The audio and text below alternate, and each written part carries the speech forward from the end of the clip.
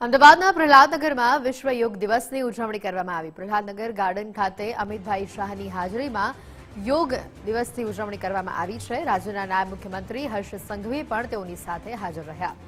પ્રહલાદનગર ખાતે યોગ કરીને તેમણે સ્વસ્થ જીવનનો સંદેશો પાઠવ્યો।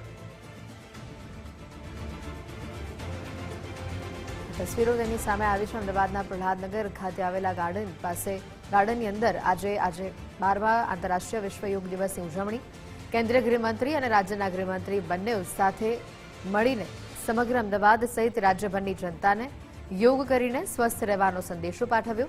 પ્રહલાદનગર ગાર્ડન ખાતે અમિતભાઈ શાહ દ્વારા આજે યોગ કરીને આંતરરાષ્ટ્રીય યોગ દિવસની ઉજવણી કરવામાં આવી છે।